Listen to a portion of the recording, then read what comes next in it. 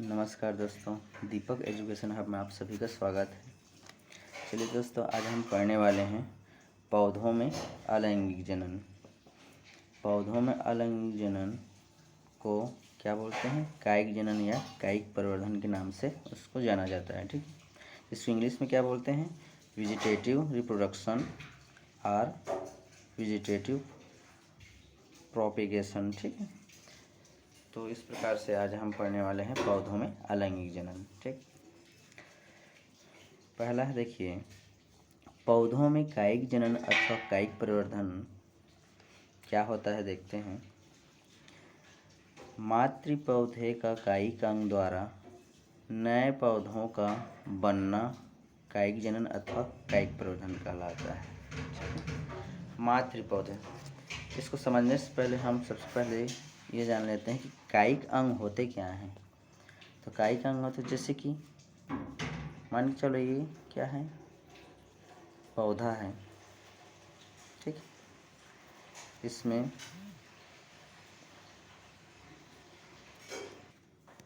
मान के चलो क्या है, पौधा है जिसमें क्या है, इस प्रकार से इसमें पत्तियां निकले रहते हैं। ठीक ठीक, इस प्रकार से पत्तियां निकले रहेंगी और उसमें पुष्प खिले हुए हैं। ठीक है, इस प्रकार से मान के चलो एक पौधा है, इसमें इस प्रकार से जड़ें हैं। तो कायिक अंग किसको बोलेंगे हम? इसमें जो पुष्प को छोड़कर, ये पुष्प को छोड़कर इसमें जो पत्ती पाए जाते हैं, तना पाए जाते हैं, जड़ पाए जाते हैं, ये तीनों अंग क्या कहलाते हैं? इसका कायिक अंग कहलाता है। ठीक है, पुष्प किस में आ जाएगा? इसका पुष्प उसका जनन अंग में आता है, लेकिन कायिक अंग बोलने से इसका पुष्प को छोड़कर पत्ती, तना और जड़, इन सभी को कायिक अंग कहा जाता है। ठीक है, इतना को क्या कहा जाता है? कायिक अंग कहा जाता है। तो इसी के बारे में हम आज पढ़ने वाले हैं कि कायिक अंग के द्वारा किस प्रकार से जनन होता है, किस प्रकार से उसमें नए जीव का या नए पौधे का निर्माण होता है। इसी के अंतर्गत हम पढ़ने वाले हैं। ठीक, तो इस प्रकार से मातृ पौधे के कायिक अंग के द्वारा पौधों को बनना क्या कहलाता है? कायिक जनन अथवा कायिक प्रवर्धन कहलाता है। ठीक है, इस प्रकार से निर्मित पौधे की आकार की और अनुवांशिकी अपने मातृ पौधे की ही समान होते हैं। मतलब जो कायिक अंग के द्वारा निर्मित जो पौधे होते हैं, हूबहू किसके समान होते हैं? अपने मातृ पौधे के ही समान होते हैं। आकार में भी समान होंगे, उनके अनुवांशिक जो गुण होते हैं उसमें भी समान होंगे, हूबहू उन्हीं के समान होते हैं। इसके सभी लक्षण व गुण मात्रा पौधों के ही समान होते हैं। जैसे पौधे रहेगा उन्हीं के अनुसार उनके लक्षण, उनके गुण इसमें पाए जाते हैं। ठीक है, तो इस प्रकार से मातृ पौधे का वह कायिक अंग जो नए पौधे को जन्म देता है। मैंने बताया कायिक अंग कौन सा होता है? तना, पत्ती और जड़, ये क्या है? कायिक अंग है। तो मातृ पौधे का वह कायिक अंग जो नए पौधे को जन्म देता है कायिक प्रवर्धन कहलाता है। ठीक, जो जड़, तना या पत्ती कोई भी हो सकता है। तना के द्वारा अगर शिशु जन्म होगा तो, या पत्ती के द्वारा या जड़ के द्वारा, तो इन सब के द्वारा जो जन्म लेते हैं तो क्या कहलाते हैं? कायिक प्रवर्धन या कायिक जनन कहलाते हैं। ठीक है, अब देखिए इसमें कायिक जनन के प्रकार, किस प्रकार से कायिक जनन होता है देख सकते हैं। कायिक जनन के प्रकार में हम देखेंगे तो निम्न श्रेणी के जो पौधे होते हैं, निम्न श्रेणी के जो पौधे हैं, इस प्रकार का जनन समान रूप से देखने को मिलता है। जो कायिक जनन होता है और निम्न श्रेणी के पौधों में ज़्यादातर कायिक जनन ही होता है। लेकिन अगर कुछ देखें जो उच्च श्रेणी के पौधे में केवल दो प्रकार के कायिक जनन होता है। एक है आपका प्राकृतिक कायिक जनन, जिसको नेचुरल वेजिटेटिव रिप्रोडक्शन बोलते हैं, और दूसरा है कृत्रिम कायिक जनन, आर्टिफिशियल वेजिटेटिव रिप्रोडक्शन बोलते हैं। ठीक है, तो सबसे पहले हम यहाँ पढ़ेंगे आपका कायिक जनन, प्राकृतिक कायिक जनन के अंतर्गत। ठीक है, प्राकृतिक कायिक जनन के अंतर्गत हम पढ़ने वाले हैं, देखिए प्राकृतिक कायिक जनन, जिसको नेचुरल वेजिटेटिव रिप्रोडक्शन बोलते हैं।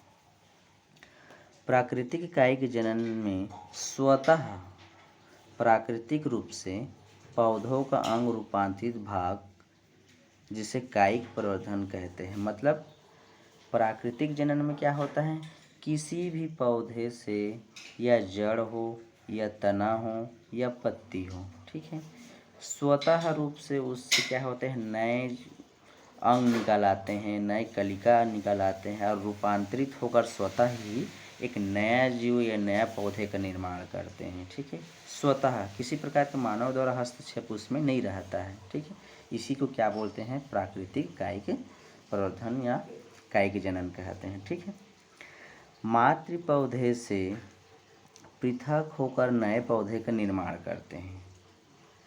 क्या करेंगे, मातृ पौधे से अलग होकर एक नए पौधे का निर्माण करते हैं। पौधे का कायिक अंग, जड़, तना या पत्ती अंकुरित होकर नए पौधे का निर्माण करते हैं।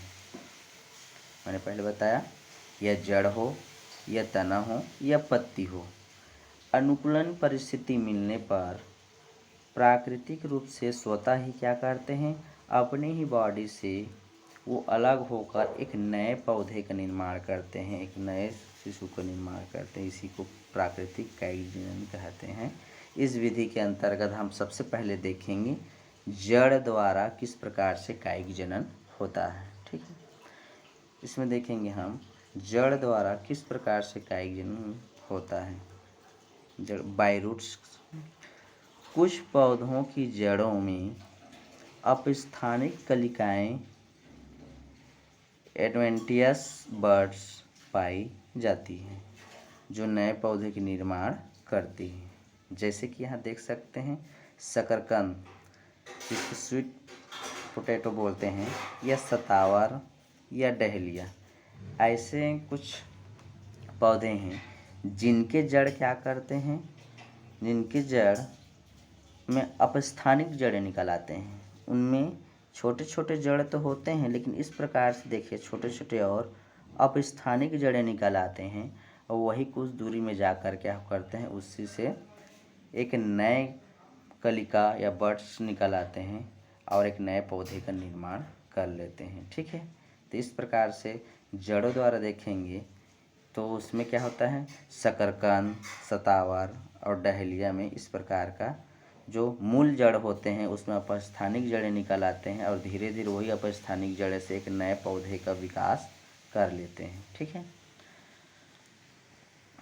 अब देखते हैं इसमें तनों द्वारा, ये तो हो गया जड़ के द्वारा, तनों के द्वारा किस प्रकार से कायिक जनन होता है।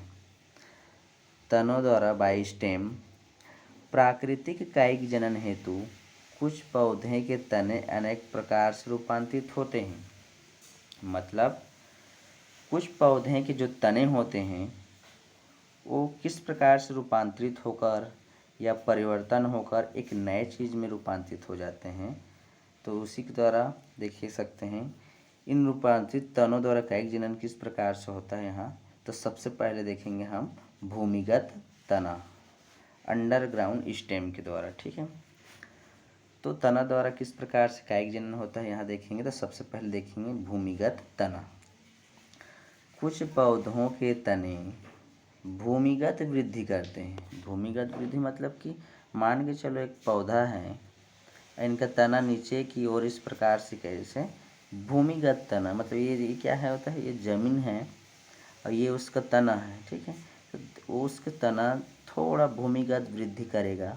अब वृद्धि करने के बाद क्या करते हैं, सूर्य के प्रकाश से भोजन को संग्रह करके क्या कर लेता है, ये थोड़ा आकार में अपना परिवर्तन कर लेता है।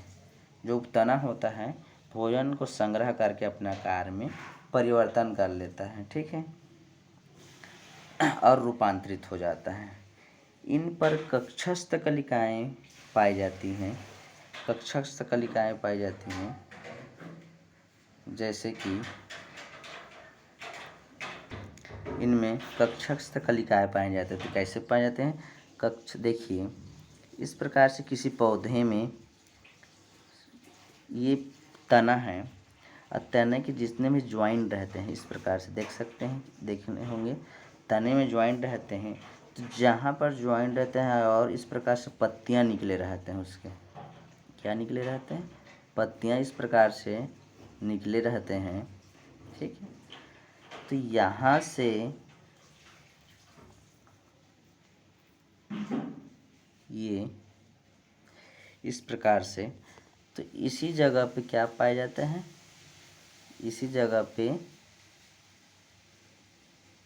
कक्षस्थ कलिका पाया जाता है। इस प्रकार से छोटा छोटा कक्षस्थ कलिका पाए जाते हैं और यही कक्षस्थ कलिका आगे बढ़कर क्या करते हैं एक नए शाखा, नए पौधे का निर्माण करते हैं, ठीक है।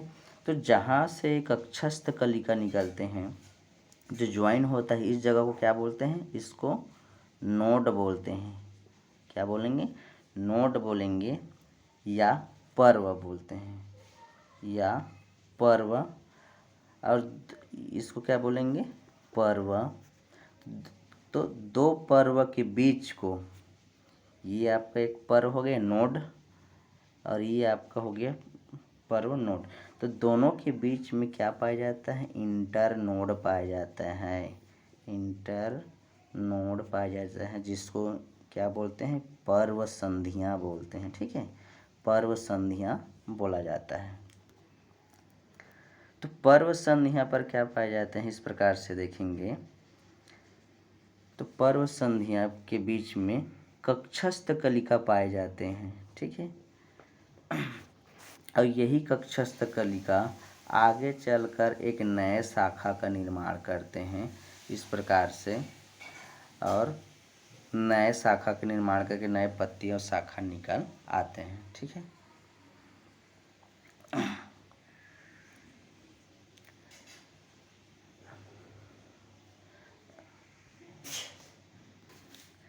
तो इस प्रकार से पर्व संधि व पत्ती के कोण पर क्या पाया जाता है, पर्व संधि और पत्ती के कोण पर कक्षस्थ कलिका पाए जाते हैं, ठीक है, जिनसे क्या निकलते, पौधे की नए शाखाएं बनती है। मैंने बताया था इस प्रकार से एक तना है जिनसे पत्तियां निकले हुए हैं, इस प्रकार से।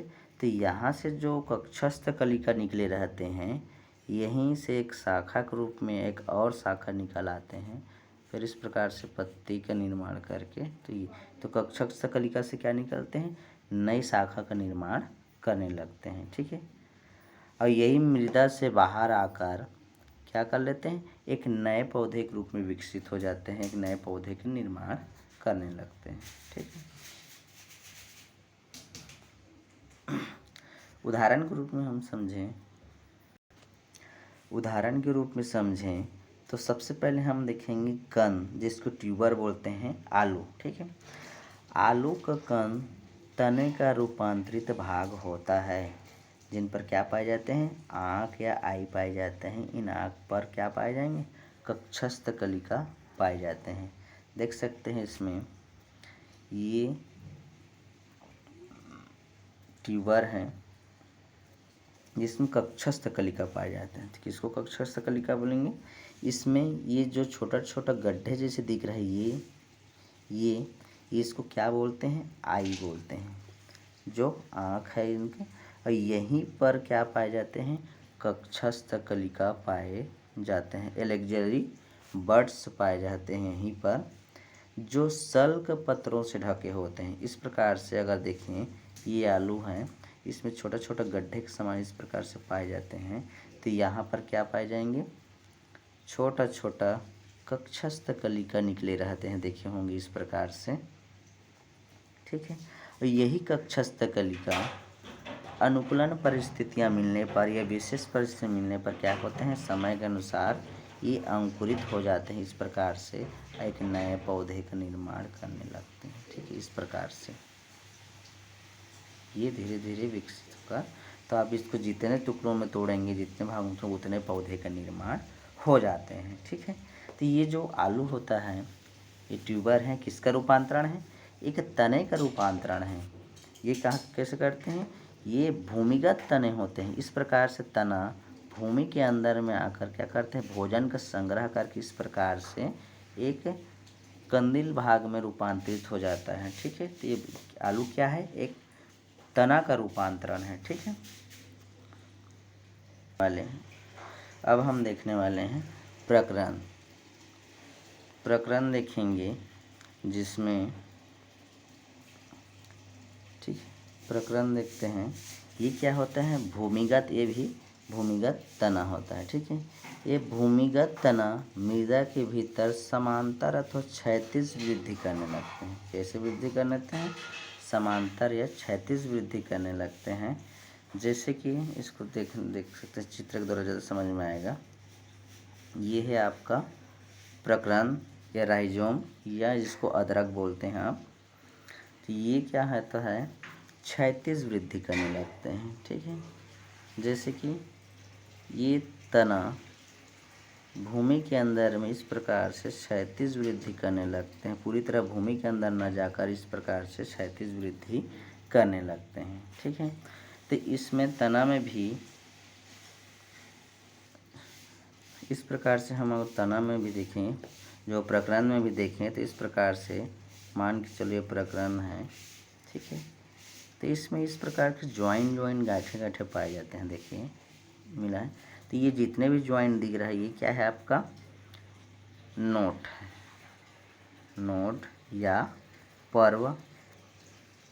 ये जितने भी दिख रहे हैं क्या है, पर्व है। और दो पर्व के बीच में क्या पाए जाते हैं, पर्व संधि पाए जाते हैं, पर्व संधि पाए जाते हैं। ठीक है, तो पर्व संधि पाए जाते हैं। तो यहीं पर क्या पाए जाते हैं, स्केल लिप होता है। स्केल लिप मतलब कि सल्क पत्र पाए जाते हैं।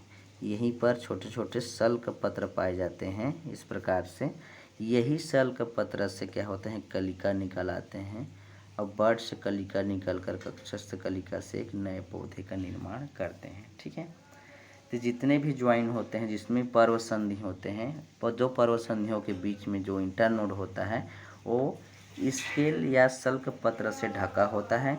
जहाँ पर छोटे छोटे बर्ड्स या कलिका होते हैं, वही कलिका क्या होता है, अनुकूलन परिस्थिति आने पर क्या होते हैं, वहाँ से नए नए और छोटे छोटे पौधे का निर्माण इस प्रकार से होने लगते हैं। उसके बाद उसको हम जितने जहाँ जहाँ का कलिका बर्ड से निकले रहेगा, उसको काट कर अलग अलग भागों में अगर लगाएंगे तो उतने सारे नए पौधे का निर्माण उसमें होने लगता है। ठीक है, अब देखते हैं घन कण। घन कण में देखिए, ये भी एक उसी प्रकार से है। ये घन कण, ये मृदा के भीतर ऊर्ध्व दिशा में होता है। ऊर्ध्व दिशा में मतलब ऊपर की ओर वृद्धि करते हैं। इनकी पर्व संधियों पर भी कक्षस्थ कलिका पाए जाते हैं, जो सल्क पत्रों से ढकी होती हैं, और कक्षस्थ कलिकाओं से नए पौधे जन्म होने लगते हैं। जैसे कि देख सकते हैं इसमें चित्र में, ये भी एक प्रकार से यही है। देखो जितने भी इसमें दिया हुआ है, इस प्रकार से चित्र जो बना हुआ है, इस प्रकार से ये ज्वाइन इस प्रकार से हैं। ये छोटे छोटे कलिका इस प्रकार से, ये तो ये क्या है, इनकी जड़ें हैं। इस जितने भी ये ज्वाइन होता है, ये क्या कहलाता है, आपका नोट कहलाता है। और ये जो इनके बीच में, नोट के बीच में क्या पाया जाता है, इंटर नोट पाया जाता है। ठीक है, और इसी इंटर नोट पर इस प्रकार से ये देख सकते हैं, यहाँ स्केल लिप, यहाँ जो सल्क पत्र होते हैं छोटे छोटे, यहाँ पर क्या निकले रहते हैं, यहीं पर छोटे छोटे सल्क पत्र निकले रहते हैं इस प्रकार से। तो यही सल्क पत्र क्या होता है, यहीं से अनुकूलन परिस्थितियाँ मिलने पर क्या करते हैं, सल्क पत्र से एक पौधे के रूप में यहाँ विकास इस प्रकार से होने लगता है। ठीक है, ये बर्ड से जो कलिका निकले रहते हैं सबको अगर अलग अलग करके लगाएंगे तो उतने सारे पौधे का निर्माण होने लगता है। तो इस प्रकार से तने के द्वारा देख सकते हैं किस प्रकार से नए पौधे, नए शिशु का जन्म हो रहा है। ठीक है,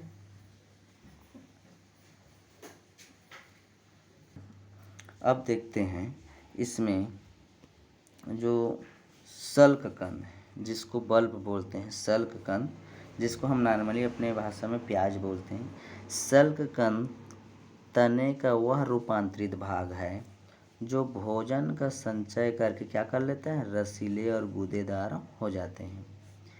इनमें रसीले गूदेदार सल्क पत्र पाए जाते हैं जिनमें कक्षस्थ कलिकाएं पाई जाती हैं। ठीक है, देख सकते हैं यहाँ चित्र में, अगर हम एक प्याज या सल्क कंद का अनुप्रस्थ काट करके देखेंगे तो इस प्रकार से इसमें देख सकते हैं ऐसे करके ये बहुत सारे सल्कों से इस प्रकार से बने रहते हैं, इस प्रकार से।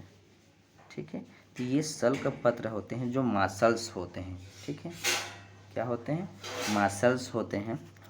और इसमें कुछ डिस्क समान रचना होते हैं और यहीं पर क्या होते हैं, एलेक्जरी बर्ड होते हैं।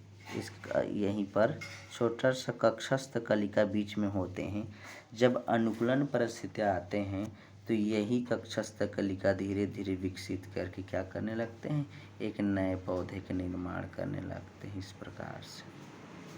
ये कहाँ से निकल रहे हैं, ये लेक्जरी बर्ड होता है जो कक्षस्थ कलिका होते हैं, वहीं से ये नए बर्ड से कलिका का निर्माण करते हैं और नए पौधे का निर्माण करने लगते हैं। ठीक है, इस प्रकार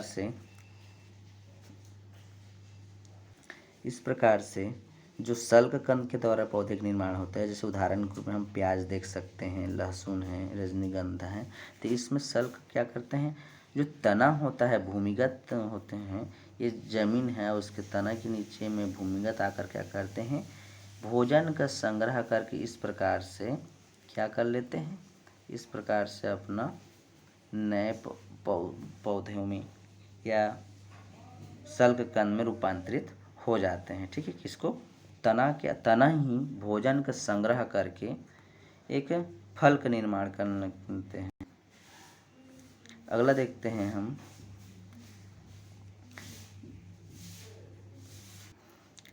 अब तो हम देख लिए कि जो कायिक जनन में जड़ के द्वारा किस प्रकार से भूमिगत तना के द्वारा जनन होता है। अब हम देखने वाले हैं तने के में, पहले हम तने के द्वारा देखे थे जिसमें वो भूमिगत तना था। अब देखते हैं वो अर्धवायु तने के द्वारा किस प्रकार से उसमें जनन होता है।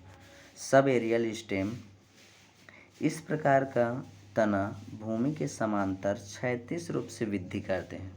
क्षैतिज रूप से वृद्धि करते हैं मतलब कि जमीन के नीचे की ओर वृद्धि न करके क्या करने लगेंगे, वो एक प्रकार के, ये जमीन है तो जैसे जमीन है उसी के अनुसार इस प्रकार के क्षैतिज वृद्धि करने लगते हैं, ऐसे वृद्धि करने लगते हैं, नीचे की ओर न जाकर क्षैतिज वृद्धि करने लगते हैं। ठीक है, तो तना भूमि के समांतर क्षैतिज रूप में वृद्धि करता है। इन पर पर्व संधियाँ पाई जाती हैं जिससे जड़ें व शाखाएँ निकलती हैं। ठीक है, इनकी पर्व संधि का कुछ भाग मिट्टी व जल में रहता है। जैसे कि सबसे पहले हम इसमें देखेंगे ऊपरी भूस्तरीय, जिसको रनर बोलते हैं। जैसे कि देख सकते हैं यहाँ ये पतली तथा विसर्पी होती है, पतली विसर्पी होते हैं जो मृदा की सतह पर क्षैतिज रूप से वृद्धि करने लगते हैं और इन पर पाए जाने वाले पर्व संधियाँ जड़ों का विकास करने लगते हैं। तो जो पर्व संधियाँ होते हैं वहीं से क्या निकलने लगते हैं, जड़ें निकलने लगते हैं। ये ज़्यादा समझ हमको चित्र के द्वारा समझ में आएगा। तो यहाँ देख सकते हैं ये है आपका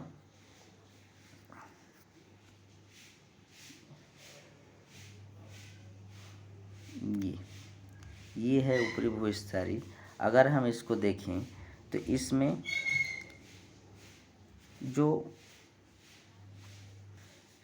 देखें तो जो मातृ पौधे होते हैं तो मातृ पौधे में क्या होता है, इसमें नोट पाए जाते हैं, पर्व पाए जाते हैं। इसी पर्व संधियों पर क्या निकला रहता है, कक्षस्थ कलिका निकले रहते हैं। और वही कक्षस्थ कलिका आगे चलकर जमीन में क्या क्षैतिज वृद्धि करने लगते हैं, और वहीं से फिर छोटे छोटे इस प्रकार से कुछ अपस्थानिक जड़ें निकाल आते हैं। अपस्थानिक जड़ें निकलने के बाद वहाँ से फिर एक नया और पौधे का विकास हो रहा है। मतलब ये क्या है, मातृ पौधा है जो जनक है, जिनमें इस प्रकार से देख सकते हैं यहाँ, ये इस प्रकार से बढ़ता हुआ आ रहा है उसमें से जो, और कक्षस्थ कलिका धीरे धीरे आगे बढ़ने लगते हैं इस प्रकार से। और उसके जो पर्व संधि होते हैं, पर्व संधियों पर क्या पाया जाता है, मान के चलो यहाँ कक्षस्थ कलिका पाए जाते हैं। यहीं से क्या होता है, धीरे धीरे अपस्थानिक जड़ें निकल आते हैं।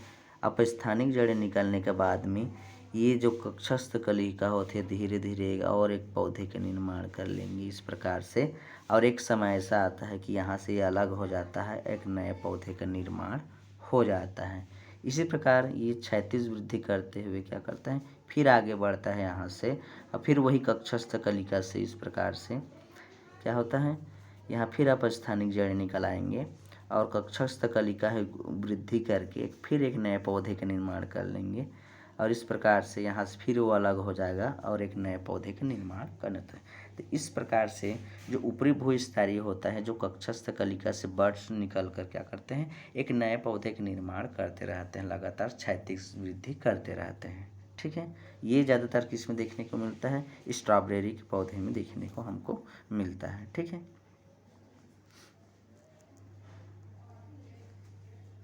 हम देखते हैं भूस्तरीय का, ये क्या होता है, जलीय पौधे होते हैं। ठीक है, ये जलीय पौधे में पाए जाते हैं। जैसे कि यहाँ देख सकते हैं, मान के चलो क्या है, जल है, और जल के अंदर में क्या होता है, इस प्रकार के जो कुमुदनी का पौधा है, जलकुंभी है, पिस्टिया है, ये जितने भी पौधे हैं ये जल में पाए जाते हैं। तो इसमें क्या होता है, जो मातृ पौधा होता है, ये क्या है आपका मातृ पौधा है, उनके कक्षस्थ कलिका से निकल कर क्या होते हैं, निकले थे कक्षस्थ कलिका के पास से फिर से अपस्थानिक जड़ें निकल आते हैं। और अपस्थानिक जड़ें निकलने के बाद वो जो कक्षस्थ कलिका से ही एक नए पौधे का निर्माण होता है, और वहाँ से एक नए पौधे का निर्माण हो जाता है। ठीक है, तो इस प्रकार से मातृ पौधे हैं, और उनकी जो शाखाएं, कक्षस्थ कलिका से जो शाखाएं निकलते हैं, और कक्षस्थ कलिका से शाखाएं निकल कर क्या होता है, आगे चलकर उस कक्षस्थ कलिका से एक समय अपस्थानिक जड़ इस प्रकार से निकल आते हैं। और अपस्थानिक जड़ निकलने के बाद में क्या होता है, जो सल्क पत्र से ढके होते हैं छोटे छोटे कक्षस्थ कलिका, वही एक नए पौधे का निर्माण करने लगते हैं इस प्रकार से।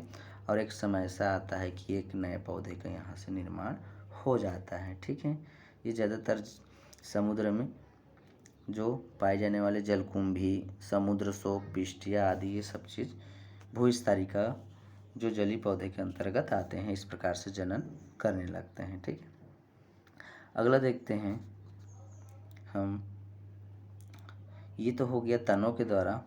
अब आते हैं कि पत्ती के द्वारा किस प्रकार से जनन होता है।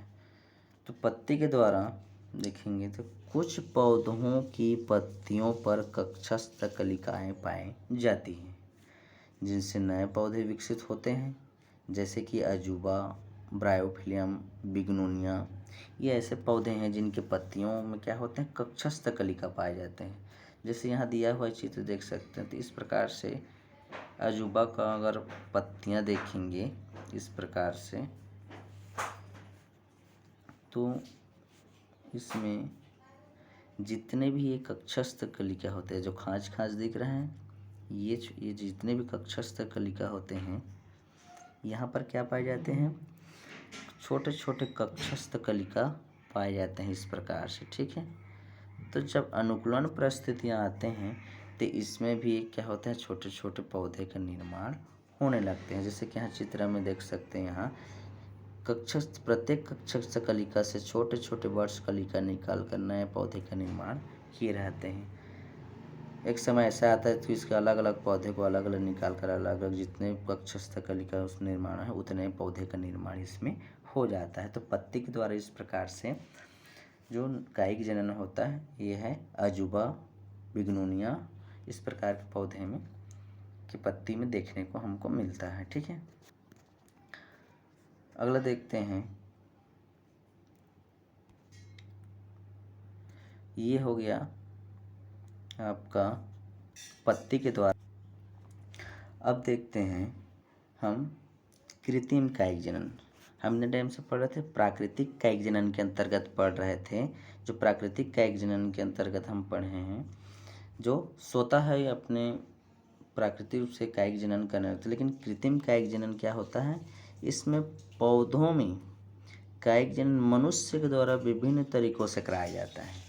मतलब इसमें कृत्रिम कायिक जनन में क्या, जो आर्टिफिशियल वेजिटेटिव रिप्रोडक्शन में स्वतः पौधे एक नए जीव का निर्माण न करके इसको मनुष्य क्या करता है, एक कृत्रिम रूप से तरीके से उसको लगाता है, नए पौधे का निर्माण करता है। ठीक है, अतः इस प्रकार के कायिक जनन को मनुष्य के द्वारा कराया जाता है, जैसे कि कृत्रिम जनन कहलाता है। तो कृत्रिम जनन किसको बोलते हैं, प्राकृतिक रूप से स्वयं न होकर मनुष्य के द्वारा किसी पौधे को लगाया जाए या उगाया जाए तो उसको कृत्रिम जनन कहा जाता है। जैसे कि देख सकते हैं कलम लगाना या कटिंग करना। ठीक है, इस प्रकार में वांछित पौधे की छोटे छोटे टहनियों को लगभग कितने 20 से 30 सेंटीमीटर की लंबाई में काट लेते हैं। ठीक है, 20 से 30 सेंटीमीटर की लंबाई में काट लेते हैं।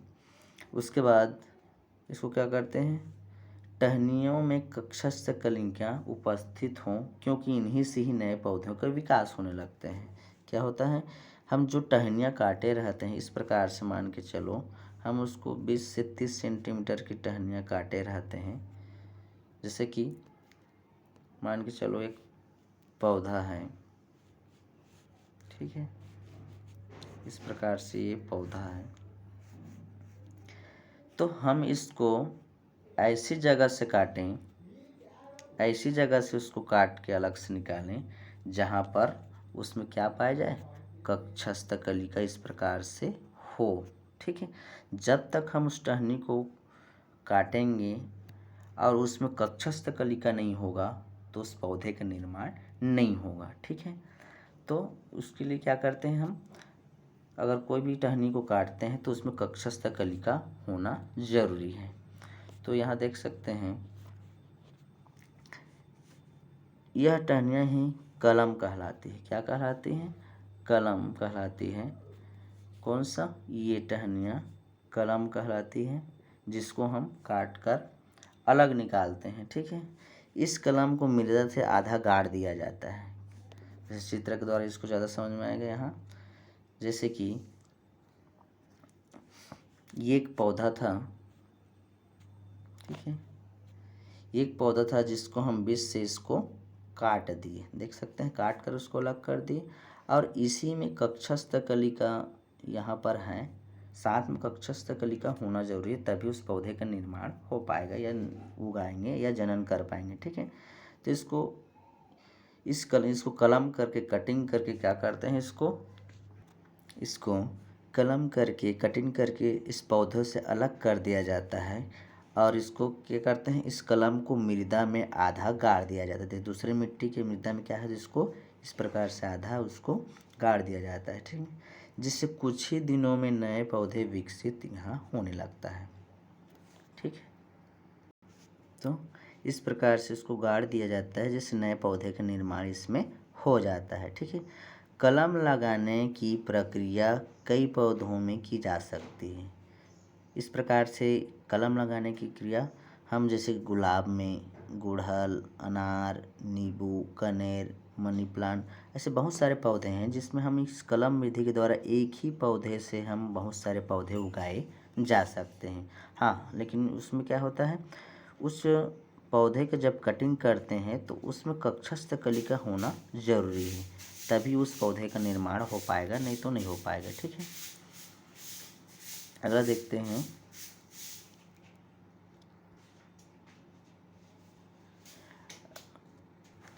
अगला देखते हैं हम दाब लगाना। ठीक है, दाब लगाना जिसको लेयरिंग विधि बोलते हैं। इस क्रिया में मातृ पौधे के तने की शाखा को क्या करते हैं, झुकाकर मृदा से इस प्रकार से गाड़ देते हैं कि उसकी ऊपरी सिरा वायु में हो।